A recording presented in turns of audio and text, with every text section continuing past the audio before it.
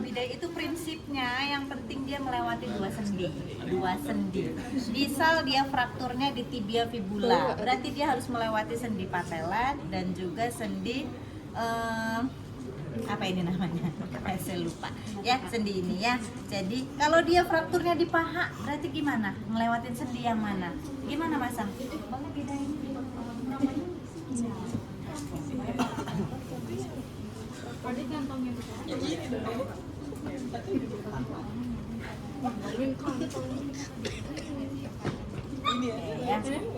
Kalau si Adit, amit-amit ya Dit ya.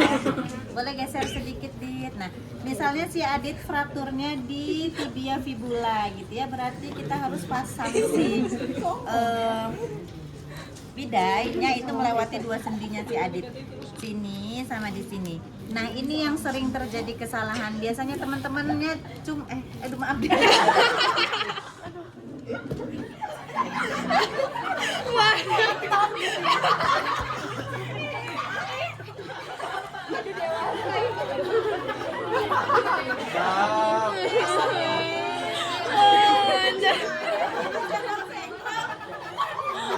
Saya enggak kok kata sih kok berarti ya.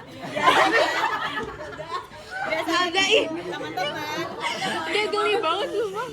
Teman-teman biasanya nih di sini doang. Di bener-bener cuman di sendinya. Kalau di sendinya Adit, Dit, geser kanan kiri kaki kamu. Gini Dit, gini. Nah, ini dia masih bisa gerak.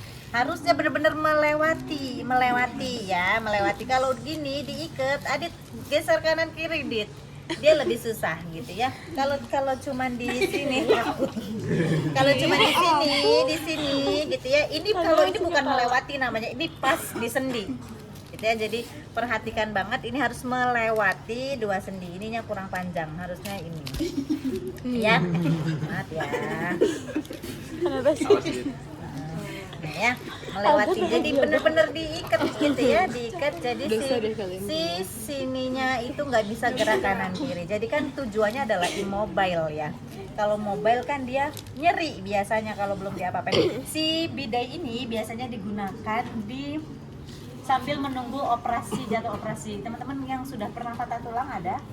Operasi orto itu jarang sekali yang situ karena dia alatnya itu harus mesennya lumayan beberapa hari. Jadi biasanya sambil nunggu berhari-hari, bisa 3 sampai 5 hari itu biasanya untuk immobile-nya kita pakaikan ini dulu di rumah sakit. Ya, jadi ini dulu tujuannya memang pasiennya nggak boleh mobile. Jadi benar-benar jadi jangan teman-teman angkat gangguan mobilitas fisik, ajarkan ROM, itu udah jelas salah. Ya, orang pasiennya memang suruh immobile, nggak boleh diapa-apain sampai dia post op. Gitu. Gimana kalau kasusnya di paha?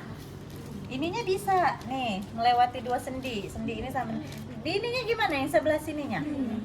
Nah, nggak muka. Jadi kan dia sudah ada badan tuh. Yang bagian atas kan sendi badannya kan nggak kayak gini nih, kalau gini kan masih bisa. Kalau sih kan sudah terkunci sama si badannya pasien.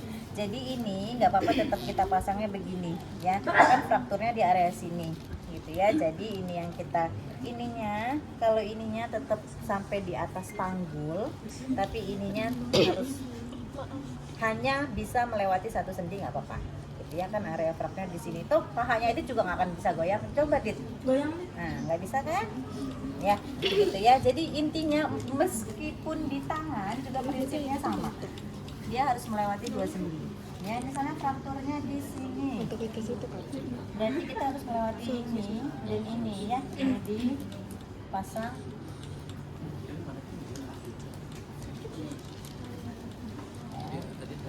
ya, dia melewati dua sendi. Nah, kalau misalnya ketemu kasus yang dislokasi, nih Adit datang udah meliuk sana meliuk sini kakinya, gitu. Gimana kita pasang si bidainya? Apakah kita keretekin dulu, lurusin sesuai dengan posisi anatominya Adit, atau sesuai dia kondisinya datang aja bentukannya gimana kita bidai? Yang mana?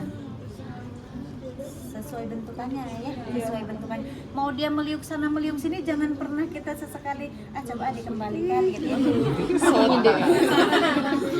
Langsung selesai adanya ya.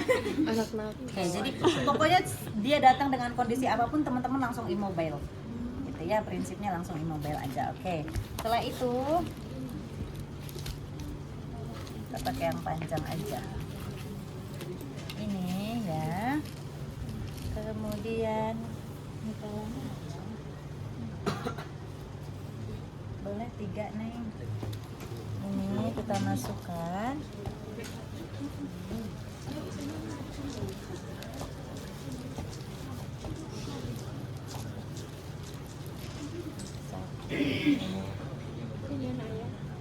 Yang pendekan lagi ada nggak?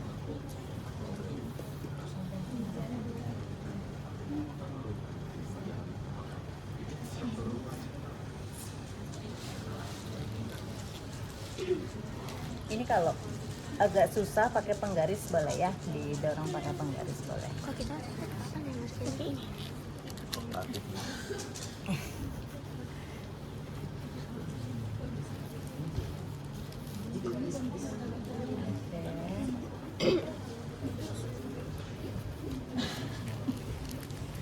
Area yang penonjolan tulang kayak di sini, ini kan ada tulangnya nih. Ini juga itu boleh teman-teman pakai pads ya, biar nggak terlalu keras ya.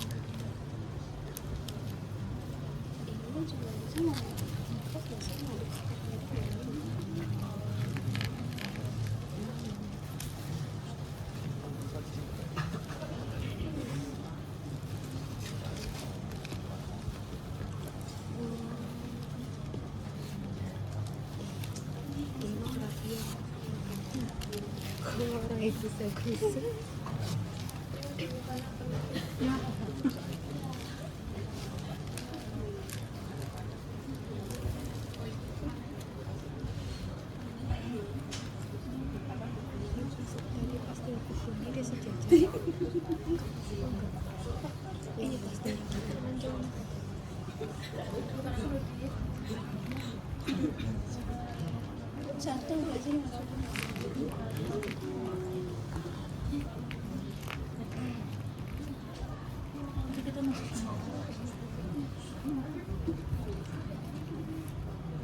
Kayaknya ini dikencengin.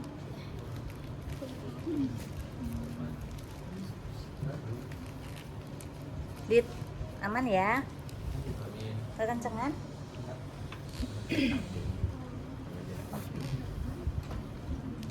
Ini mau di sisi luar, mau di sisi dalam boleh ya.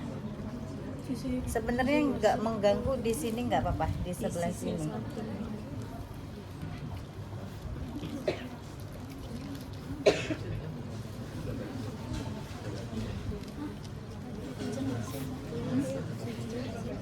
Di Denta ada kan beginian? Ada. Kalau di Denta yang ngajarin siapa biasanya? Kak Faisal. Kak Faisal itu siapa? Oh, dari Dompet. Kok nggak pernah nyuruh saya yang ngajarin? Nih ya. Nah, coba gerakin kanan kiri, nggak bisa ya? Bisa. Setelah itu kita cek kekencangan atau enggak, Pak? Enggak nyaman. Nyaman, kita cek. Ini masih bisa merasakan? Masih. Gerakin karena ini jarinya. Oke, kemudian kita cek pulsasinya. Jadi pulsasi sensorik motorik. Setelah pasang bidai pastikan nggak terlalu kenceng. Kemudian kita cek pulsasinya teraba atau enggak. Pulsasi itu denyut nadi.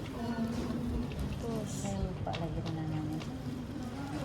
Ada yang ingat ini nadi apa di sini? Jumlahnya nadi di leher doang. Dari dorsal spinous kayaknya. Nanti coba dicek lagi ya. Sini kemudian pasiennya diminta untuk menggerakkan jari-jarinya. Terakhir masih bisa ngerasa, Pak? Masih ya. Oke, kalau sudah begini Amanda, pasiennya dibiarin sampai jadwal operasinya datang.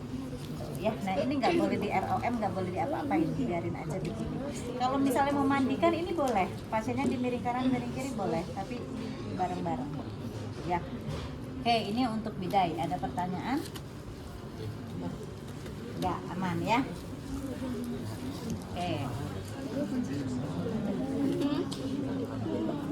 Yuk, satu orang memastikan persepsi yang diterima saya dan kalian sama. Oh, ini nanti kalau ada kasa atau apa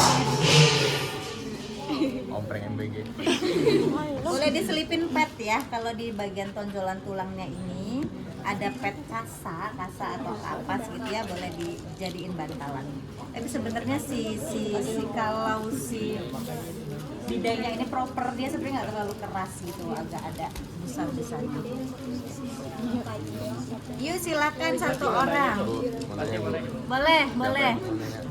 Bu, kalau misalnya si pasiennya itu dalam kondisi kakinya itu, contoh di betisnya itu udah nggak lurus kayak si Atit itu, jadi kayak miring tak gitu ke patah jadi dua. Nah itu bidanya gimana? Kita posisiin lurus lagi. Iya, pokoknya biarin gitu. Nanti teman-teman pakai ada pad atau bantalan apa dibuat gitu ya, biar si part yang kosongnya itu teman-teman isi dengan sesuatu. Jadi misalnya dia nih mengkok nih kaki Adit gitu ya, nggak bisa. Nggak apa-apa, kita bikin dia sesuai, misalnya agak miring ke sini gitu ya, karena dia udah misalnya open fraktur yang dia udah kebuka terus nggak karu-karuan bentuknya. Teman-teman bisa tetap pokoknya posisikan ini sesuai dengan melewati dua sendi. Kemudian part yang kosongnya itu bisa dimasukin si pad atau si bantalan-bantalan yang ada di situ, bisa kasa, bisa apa, jadi mengisi ruang itu. Pokoknya intinya dia posisinya immobile dan ajek gitu, dia ajak nggak gerak, karena kalau posisi begitu dipakai gerak itu nyerinya luar biasa, sakit banget ya. Jadi tetap posisinya jangan sekali-sekali dikembalikan ke posisi anatomisnya si pasien kalau memang pas datang kondisinya sudah nggak karu-karuan gitu. Yuk silakan satu orang. Yuk. Menyamakan persepsi sama saya. Yuk boleh. Siapa?